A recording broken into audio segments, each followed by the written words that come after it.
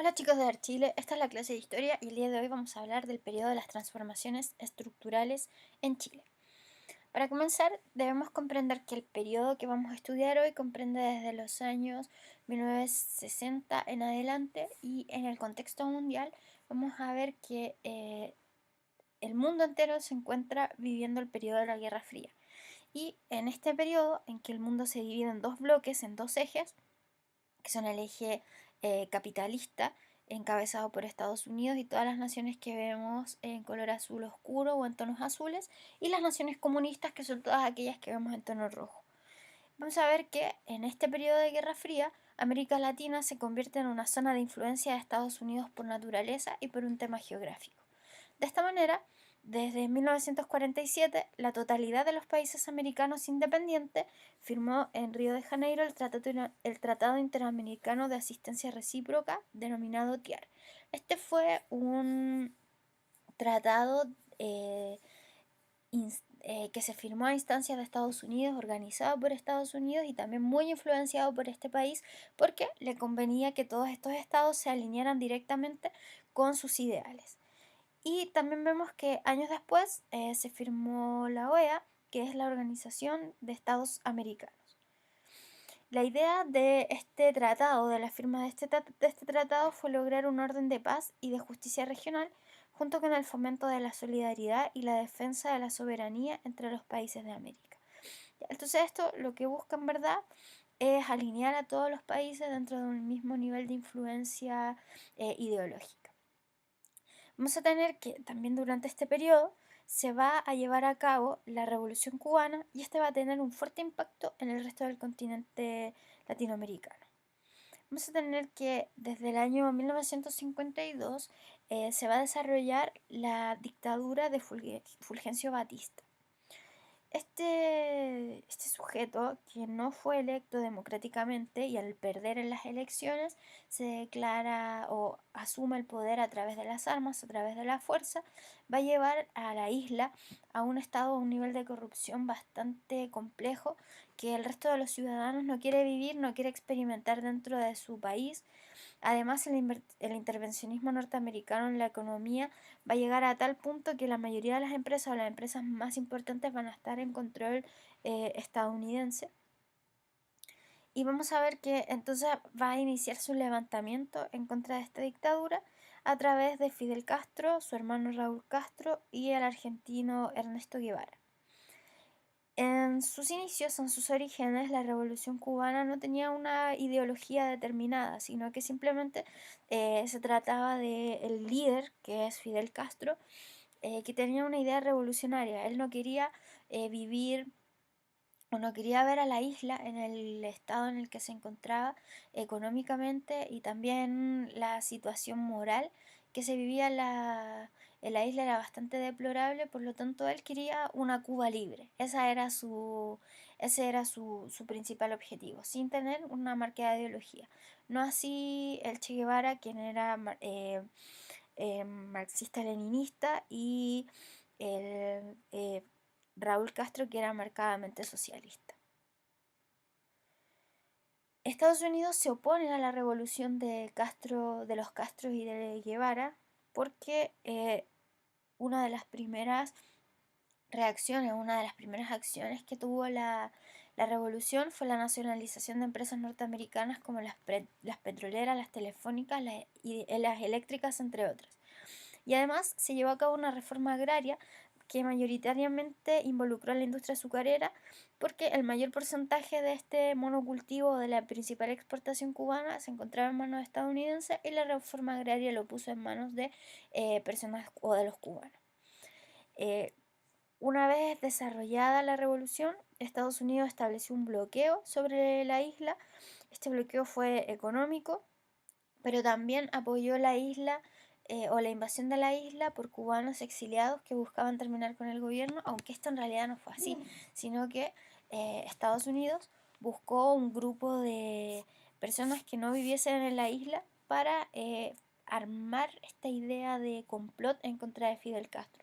Sin embargo, cuando este ejército llegó e invadió la isla, se encontró con que no había apoyo porque no había ningún detractor de la revolución. Todos los cubanos aprobaban y apoyaban la intervención de Fidel Castro y su hermano y sus aliados. Esto llevó a Castro a fortalecer la alianza con la Unión Soviética, instaurando en la isla una ideología comunista y una economía planificada.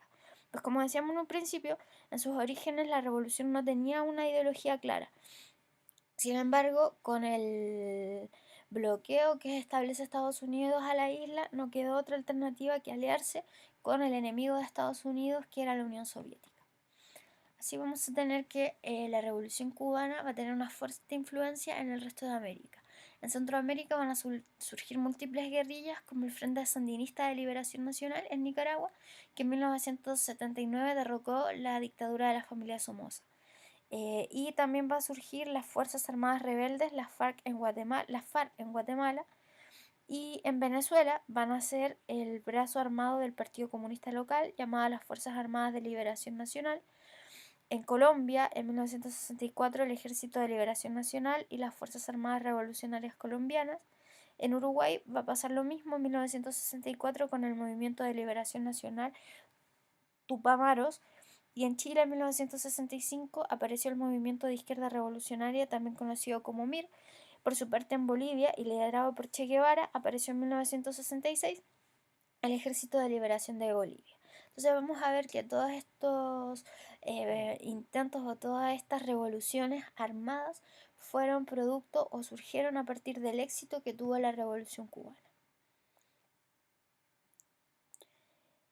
Sin embargo, Estados Unidos ve con desconfianza esta revolución cubana por distintas razones. Primero, porque es una amenaza para un continente que tiene una estructura social tan desigual y que tiene estos profundos contrastes.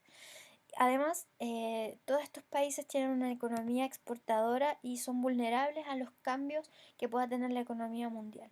Por lo tanto, esta revolución cubana genera en los Estados Unidos esta desconfianza debido a que a través de esta desigualdad social y a través de esta economía tan vulnerable, ellos podían influenciar y podían establecer sus propios principios dentro de estas naciones. Luego Estados Unidos crea la Alianza para el Progreso, que es una instancia de colaboración económica y tecnológica para favorecer el desarrollo de distintas reformas sociales en América Latina, con la finalidad de que todas estas naciones se alíen ideológicamente con Estados Unidos y le den la espalda a su enemigo, que es la Unión Soviética. Y por otra parte, Estados Unidos también crea la llamada Escuela de las Américas, donde se busca implementar una doctrina de seguridad nacional que va a estar destinada principalmente a adoctrinar a los militares latinoamericanos en esta doctrina de seguridad nacional, y se va a entrenar a los militares en mecanismos de represión, de desaparición, de técnicas de tortura y de espionaje, pero fundamentalmente hacia lo que ellos denominan el enemigo interno. No con otros países, no con otras naciones, sino que simplemente a destruir a aquellas personas que tienen una ideología distinta a la ideología capitalista. En Chile, por su parte, la política se va a reformar y va a comenzar a surgir esta idea de revolución, puesto que gradualmente va a comenzar a aumentar la participación electoral. Por otra parte, los trabajadores van a comenzar a involucrarse en espacios de movilización y van a empezar a tener mayor participación política, van a pedir, por lo tanto, más reivindicaciones a sus derechos. Y por otra parte, con la creación del voto femenino, o con la aprobación del voto femenino, en nuestro país se duplica el número de padrón electoral, o sea, es el doble de las personas que pueden votar, por lo tanto ya hay mucha más influencia o hay mucho más poder dentro del electorado, y además se crea la cédula única de identidad en el país, y esto va a terminar con el cohecho, va a terminar con los fraudes electorales, puesto que ya se va a poder tener un registro de quienes votan y quienes no votan. Antes de la creación de esta cédula no existía, y por lo tanto lo que podía ocurrir en las elecciones era bastante ambiguo y estaba siempre sujeto a la manipulación que podían realizar los mismos partidos o los mismos candidatos. Esto va a ir produciendo tensiones cada vez mayores en el régimen político de nuestro país. Así vamos a tener que las elecciones presidenciales de 1958 se van a presentar 4 candidatos. El candidato de la derecha, Jorge Alessandri Rodríguez, el candidato de la izquierda y del conglomerado de izquierda, Salvador Allende, Eduardo Frei Montalva, de la Democracia Cristiana, y Luis Bozay, del Partido Radical.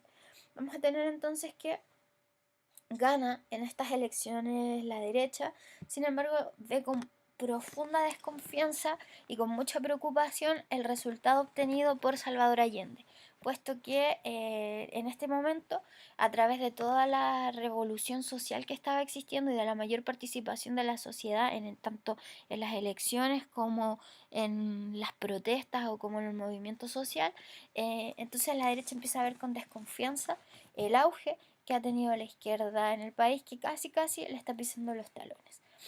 Y por su parte la democracia cristiana también observa en estas elecciones un marcado potencial, puesto que se da cuenta que es capaz de superar al Partido Radical y que tiene fuerza para convertirse en el centro de la nación.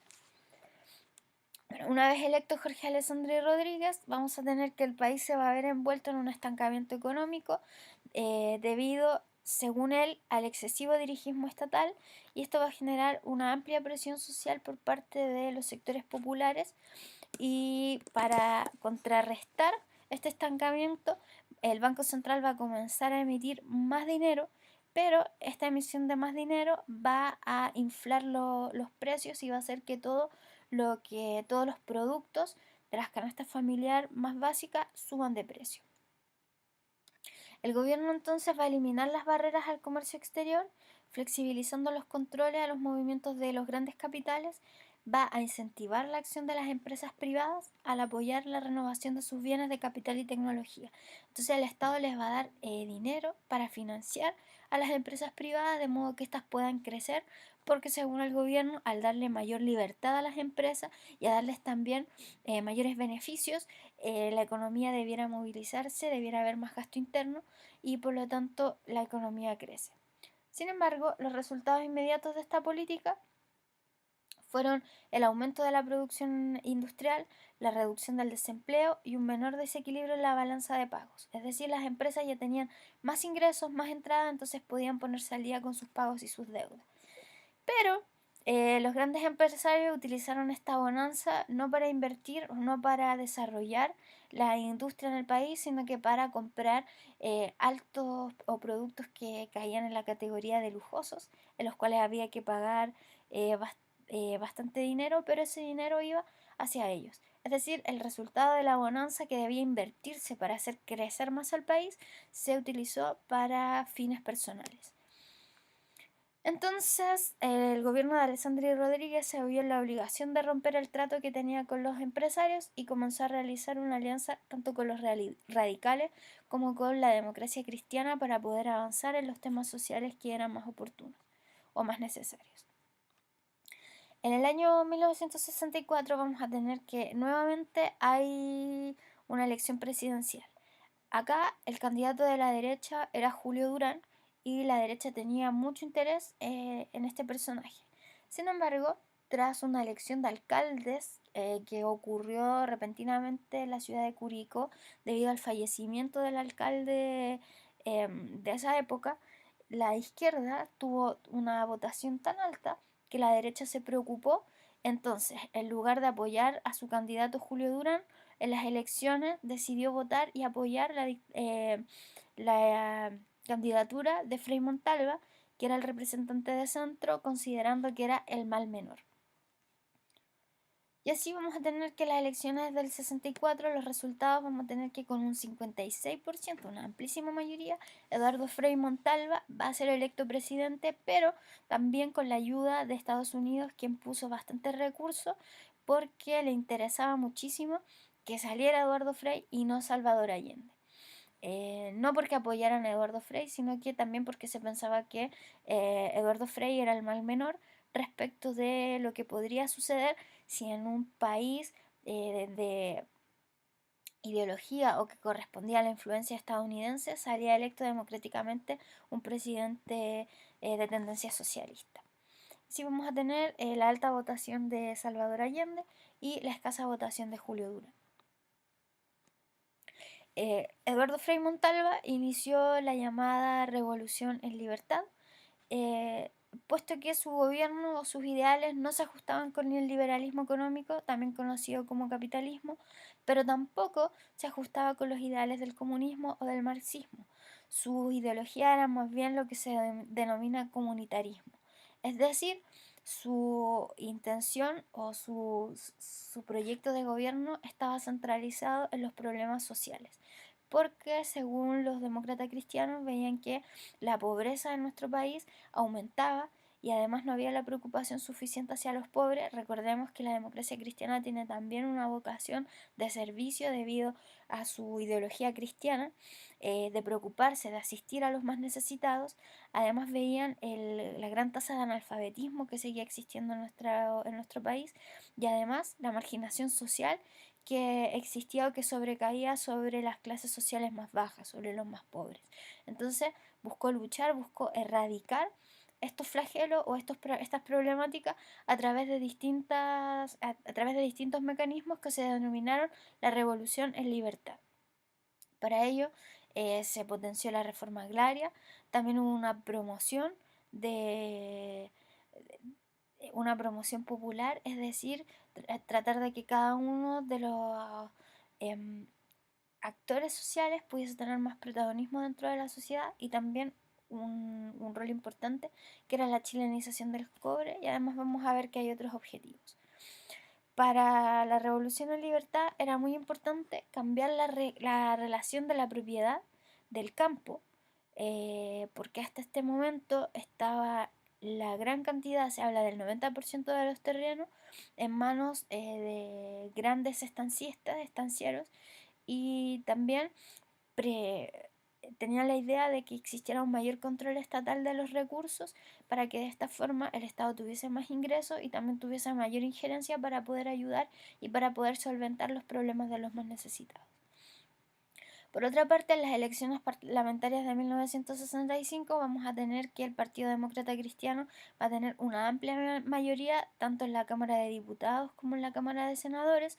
Por lo tanto, esto va a llevar al presidente Eduardo Frei Montalva a tener un muy buen piso para poder realizar todas las revoluciones o todas las transformaciones que quería realizar.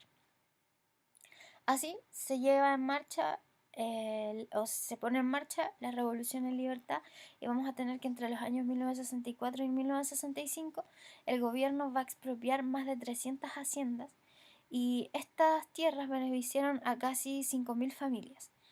También aumentó los salarios y las asignaciones familiares para los trabajadores rurales, lo que significó todo un éxito en cuanto al primer ítem que constituía la revolución agraria. Por su parte, entre 1964 y 1969 se crearon alrededor de 20.000 centros comunitarios como juntas de vecinos, centros de madre y guarderías infantiles, lo que favoreció la participación ciudadana, la participación eh, social. De hecho, vamos a ver que durante este periodo las juntas de vecinos propiamente o los grupos eh, las poblaciones o los vecinos tenían una gran fuerza y existía mucha unión entre los distintos barrios. Existía mucha colaboración y mucha cooperación entre ellos, y de hecho no existía tanta marginación social. Es más, los ricos bajaban o descendían a los barrios más pobres para ayudarlos en las faenas como por ejemplo de construcción o de pavimentación de calles o de pavimentación de aceras, etcétera. Los vecinos llevaban a cabo múltiples iniciativas como la construcción de viviendas y sedes sociales, la pavimentación de acera y también la instalación de alcantarillado, luz y agua potable. Vemos que todas estas ocupaciones que hoy en día nosotros encarecidamente le exigimos al gobierno eran labores que realizaban los vecinos. Y obviamente al estar trabajando en cooperación también eso permitía y fortalecía los lazos que existían a nivel social y a nivel de los pobladores. También aumentaron los sindicatos y sus afiliados. En enero de 1966 se firma la ley que chileniza el cobre. Sin embargo, esta ley no fue muy favorable en un comienzo y las empresas extranjeras percibieron más beneficios que, que las que se tenían pensado o que lo que recibían anteriormente. Por lo tanto, la comunidad entera le pidió al presidente que cambiara este trato y se pensó que paulatinamente, durante los 3 años siguientes, el país, el Estado iba a empezar a comprar las acciones de estos países, o perdón, las acciones de estas empresas, para de este modo poder contar con el mayor capital posible y poder tener la mayor influencia sobre las mismas. A esto se le denominó nacionalización pactada del cobre. Vamos a tener que entre los otros objetivos, durante el gobierno de Frei Montalva se crea el Ministerio de Vivienda y Urbanismo, existe una extensión y un mejoramiento significativo de los centros de salud, existe un aumento en la distribución de leche gratuita en los consultorios y esto además creció la cantidad de médicos en provincia y esto se reflejó en una reducción de la tasa de mortalidad infantil, se reanudaron las relaciones con la Unión Soviética y países del norte, pero además se estrecharon los lazos con Estados Unidos y con el Vaticano. O sea, como buen demócrata cristiano, aprendió a estar bien con todas las polaridades del mundo. En 1965 se inicia la reforma educacional, puesto que ahí por el año 1960 el 70% de la población estaba matriculada en la enseñanza básica y solo un 45% en educación media, lo que para el presidente Frei Montalva era bastante bajo y por lo tanto realizó esta reforma educacional cuyos propósitos son fundamentalmente el armonioso desarrollo de todos los aspectos de la personalidad. Para ello buscaba capacitar a los estudiantes para el trabajo y habilitarlos para participar en el proceso de desarrollo cultural, social y democrático del país. ¿Qué hizo? Reestructuró los niveles educativos con 8 años para la educación básica, así los escolares que hasta ese momento la educación básica era la educación obligatoria podían acceder a más años de escolaridad y también la educación media. Estipuló nuevos mecanismos evaluativos, otorgó tiempos de trabajo no lectivo a los docentes para que pudieran preparar clases y para que pudieran revisar de mejor manera los trabajos de los estudiantes. Creó el Centro de Perfeccionamiento, Experimentación e Investigaciones Pedagógicas, CPIP, que hasta el día de hoy funciona. Complementariamente capacitó a miles de nuevos docentes, incrementó la matrícula para docencia en centros universitarios, impulsó la edificación de escuelas y liceos y aumentó el apoyo en becas y otros materiales a través de la creación de la Junta Nacional de Auxilio Escolar y Becas. Todo esto, ¿cierto?, en favor de mejorar la educación que recibía la población hasta ese momento. Pero también se lleva a cabo la reforma universitaria. 2 años después, en 1967, la Universidad Católica de Valparaíso inició una huelga, inició un paro, una toma de la universidad en busca de mayor injerencia en la elección de sus autoridades. Por su parte, los docentes demandaban un mayor énfasis en la investigación científica y además una dotación de mejor infraestructura y de mejores condiciones laborales. A esto se sumó la Universidad Católica y también la Universidad de Concepción.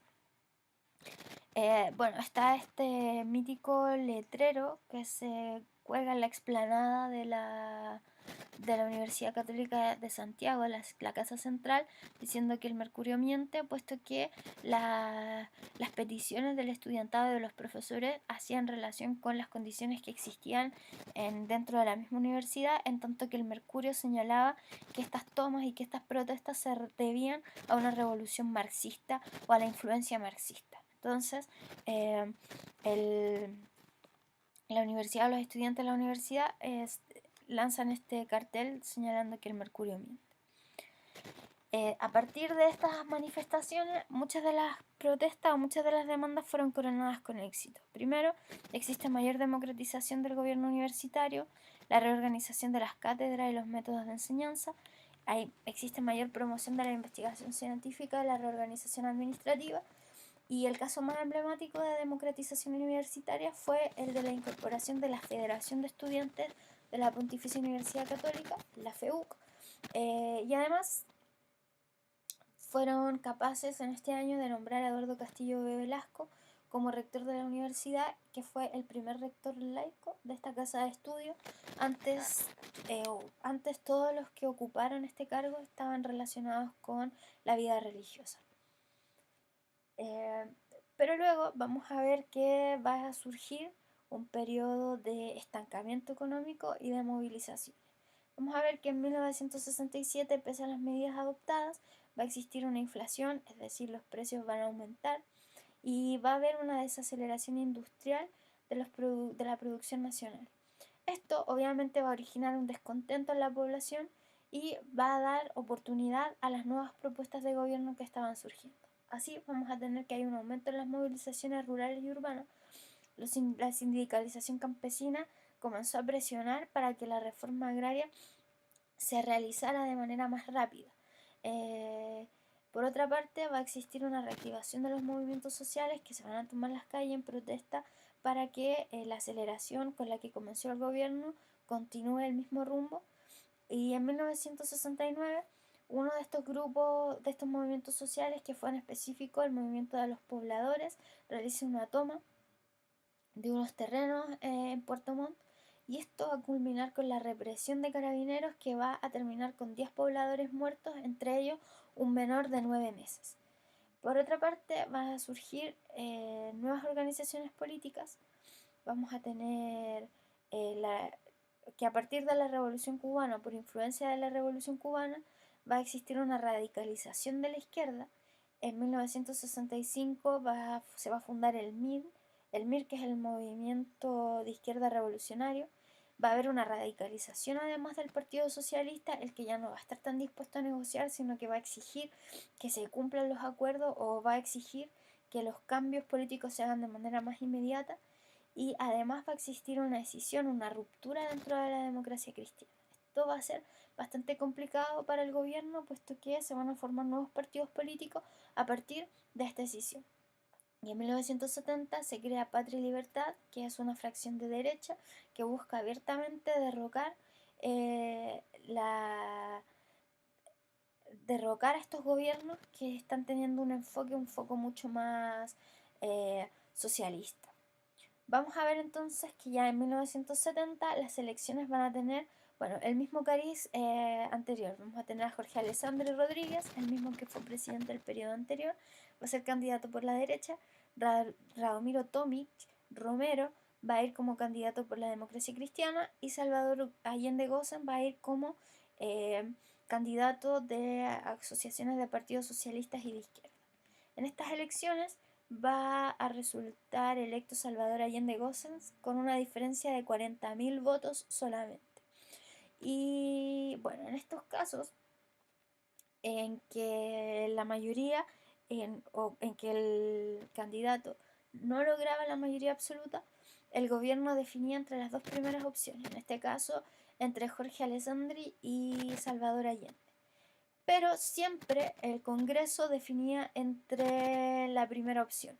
Esto sucedió en el 46, en el 52 y en el 58. Sin embargo, como estamos viviendo en un mundo que está experimentando un clima de polarización política entre este bloque comunista y este bloque socialista, entonces van a existir cierta tensión dentro del gobierno o dentro del Congreso para elegir a Salvador Allende, porque sería el primer presidente marxista elegido vía democrática en todo el mundo y en un territorio que correspondía a la influencia de Estados Unidos. Por lo tanto, esto generaba bastante conflicto en el gobierno. Ni la dotación de izquierda ni la dotación de derecha en el Congreso podía subsanar este problema. Por lo tanto, era la democracia cristiana, que era el partido de centro que tenía mayor cantidad de escaños en el Congreso, era la encargada de solucionar el conflicto.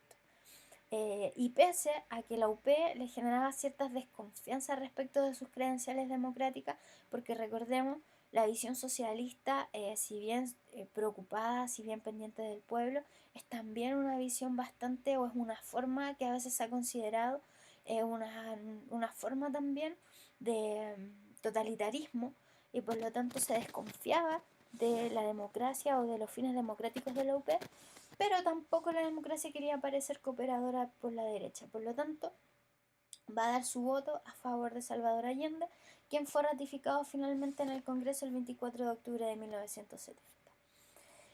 El programa socialista de Chile, o el programa socialista de la UP, se llamó vía chilena al socialismo. ¿Por qué? Porque se buscaba mantener la libertad.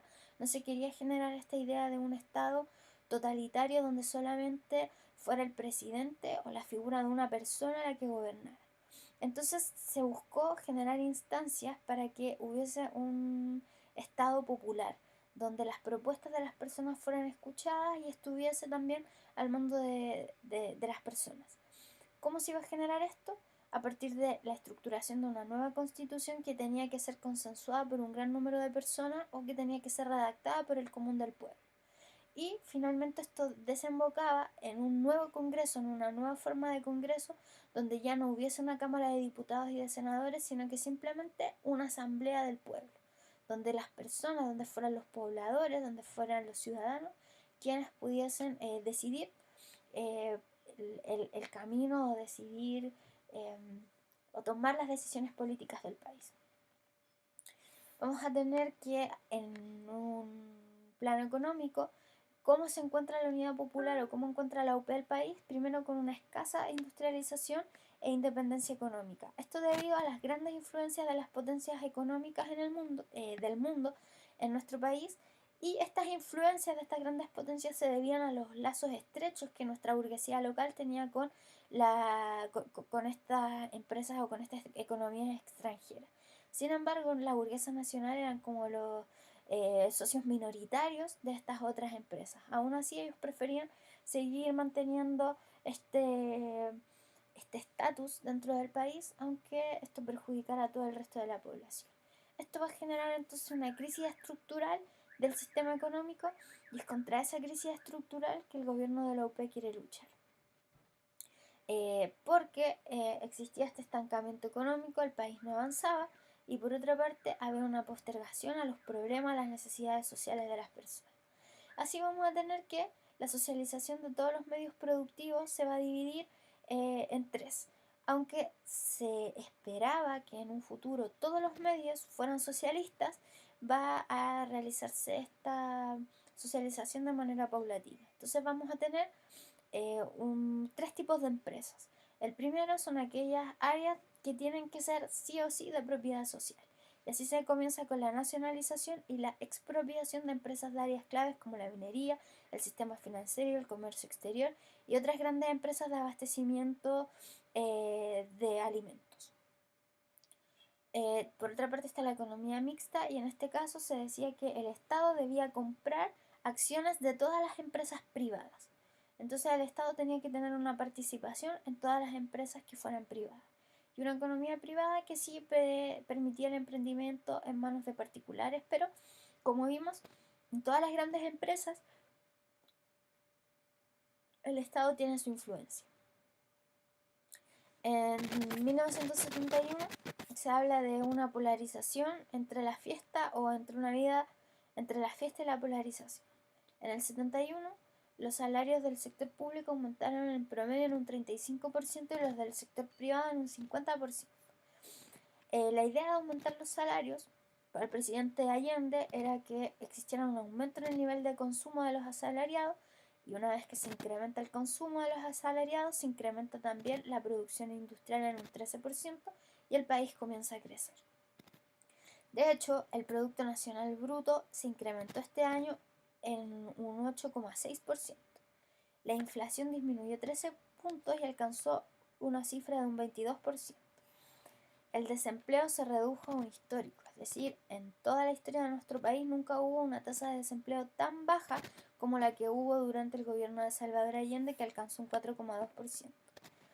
Para concretar este área de propiedad social, el gobierno expropió en este periodo, en este año, 167 empresas. El Estado compró además el 90% de los bancos, de esta manera pudo dar acceso al crédito a aquellos pobladores que antiguamente no tenían acceso a él. El 32% de los predios expropiados se entregaron a los campesinos y además hubo una estatización del 30% de los terrenos que eran expropiables. Se firma la ley de nacionalización del cobre, que fue aprobada por unanimidad en el Congreso, es decir, todos los congresistas votaron a favor de esta ley. Así, todas las áreas de interés social tuvieron un enorme salto en su presupuesto o en el presupuesto fiscal. Sí, vamos a tener enormes mejoras en educación, enormes mejoras en salud, enormes mejoras en el acceso a vivienda. Pero hablamos de la polarización. Y aquí vamos a tener que existe una radicalización política y va a existir una pérdida de consenso. ¿Por qué? Porque la extrema izquierda, encabezada por el movimiento de izquierda revolucionario, va a pedir o va a exigir al gobierno de la Unidad Popular que acelere los procesos, impulsa tomas de terreno, de fábricas, de fondos y organizaciones de poderes locales. De esta manera, esto va a empezar a molestar enormemente a la clase burguesa, quienes van a responder formando eh, el movimiento Patria y Libertad. El movimiento Patria y Libertad declara como su intención fundamental generar una creciente polarización política, es decir, dividir los ánimos entre dos sectores que son marcadamente de izquierda y marcadamente de derecha. Y con esta polarización entonces genera una gran confusión en la mayoría de la población que no entiende en realidad qué es lo que está pasando, y lo que busca es que a través de la movilización y la violencia callejera se pudiese favorecer un golpe de Estado que pusiera fin al gobierno de López. Esto es bastante claro y lo vemos hasta el día de hoy. Cada vez que hay protestas sabemos que la policía va a atacar y va a existir esta idea o esta necesidad de un poco criminalizar las protestas y las demandas sociales.